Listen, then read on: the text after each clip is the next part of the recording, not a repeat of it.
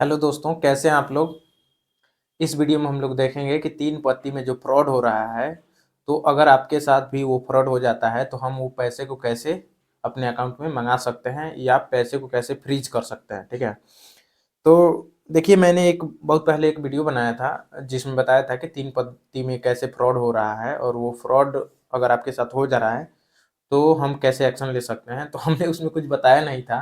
ठीक है, हमने उसमें बोल दिया था, मतलब कमेंट, कुछ लोगों का कमेंट आया दोस्तों का कि भैया मेरे साथ ही ऐसा हो गया है, तो मैंने ईमेल दिया। तो ईमेल पे छोटे मोटे मतलब फ्रॉड के जैसे 200 400 500 का कमेंट आता रहता था, तो मैं उसका रिप्लाई उतना नहीं करता था। लेकिन अचानक आज सुबह में 10 बजे एक कमेंट आता है, hello sir, good morning, I have paid तीन पत्ती game, I invested 60,000 to 70,000 rupees this game, first 1 to 2 withdrawal successfully हुए हैं, after big amount this company not do so. मतलब कर रहा है कि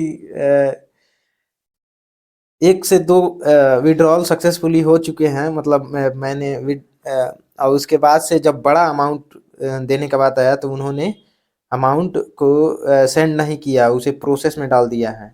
तो देखिए, सबसे पहली बात कि ये तो बैन हो चुका है इंडिया में, और प्ले स्टोर पे ये गेम है ही नहीं, और आप खेल रहे हैं तो जाहिर सी बात है कि आप भी इलीगल काम कर रहे हैं। ठीक है, क्योंकि गवर्नमेंट ने तो बैन कर दिया है।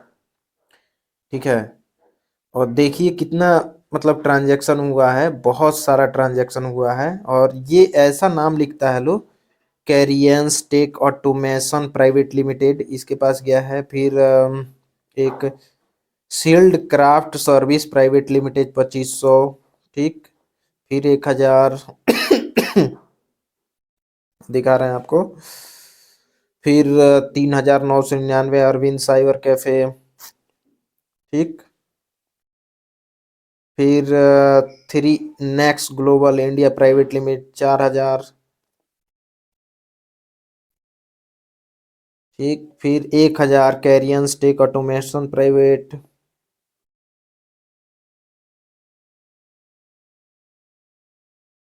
फिर shield craft service private limited 1500। Shield craft service private limited 2500। फिर अरविंद, ये तो अभी दिखा है। ठीक है, तो इतना पैसा ट्रांजैक्शन हुआ है। तो देखिए आपको क्या करना है दोस्तों।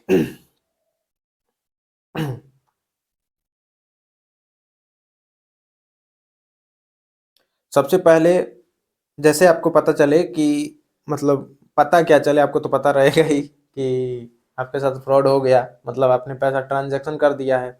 अब वो जो भी विनिंग्स हैं, ज़्यादा विनिंग्स उसमें आ गया तो ट्रांजैक्शन हो नहीं पा रहा, विड्रॉल नहीं हो पा रहा है।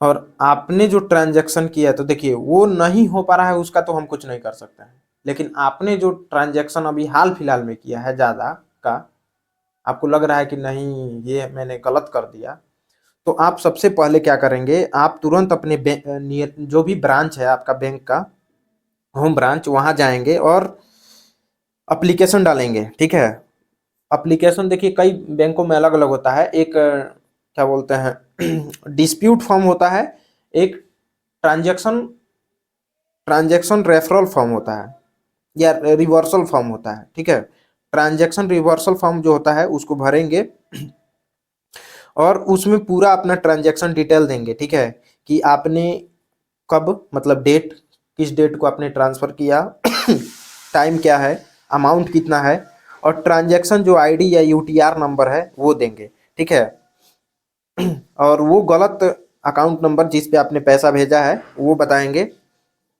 आपका अपना अकाउंट और कॉन्टैक्ट नंबर देंगे उस कंप्लेन में, और लिखे कि टेक्निकल इरर या रॉन्ग अकाउंट नंबर एंट्री की वजह से पैसा गलत जगह पे चला गया है। और जब आप ये कंप्लेन दें तो उसकी एक फोटो कॉपी भी ले जाएं।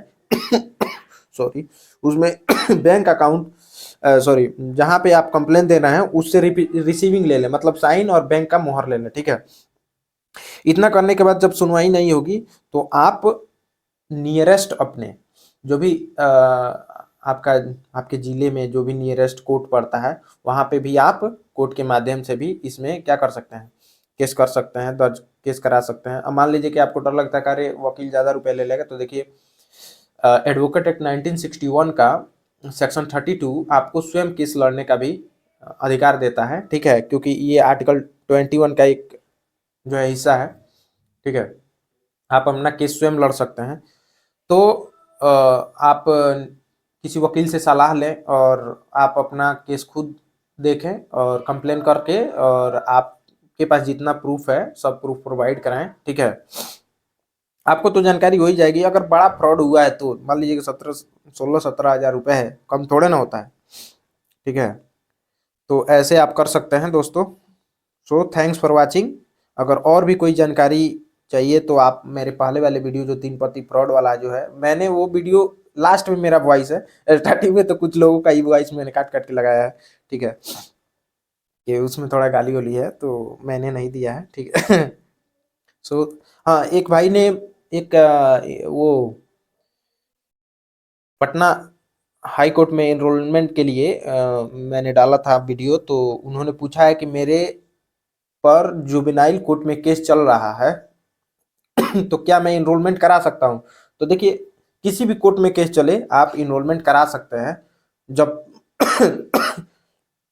क्योंकि कोर्ट में केस चलना और आपको कन्विक्ट करना दोनों में अंतर है। अगर आपको दोषी नहीं ठहराया गया है तब तक आप निर्दोष ही माने जाएंगे और आप इनरोलमेंट करा सकते हैं, ठीक है, बशर्ते कि आप पे जो केस चल रहा है आप उसमें मेंशन करें कि मेरे ऊपर इस कोर्ट में ये केस चल रहा है, ठीक है। अगर ये आप छुपाते हैं तो बाद में उस आगे चल के दिक्कत हो सकता है, आपका इनरोलमेंट रद्द हो सकता है। लेकिन उसमें जब छुपाएंगे नहीं, बताए रहेंगे, तो आपका इनरोलमेंट रद्द नहीं होगा, ठीक है।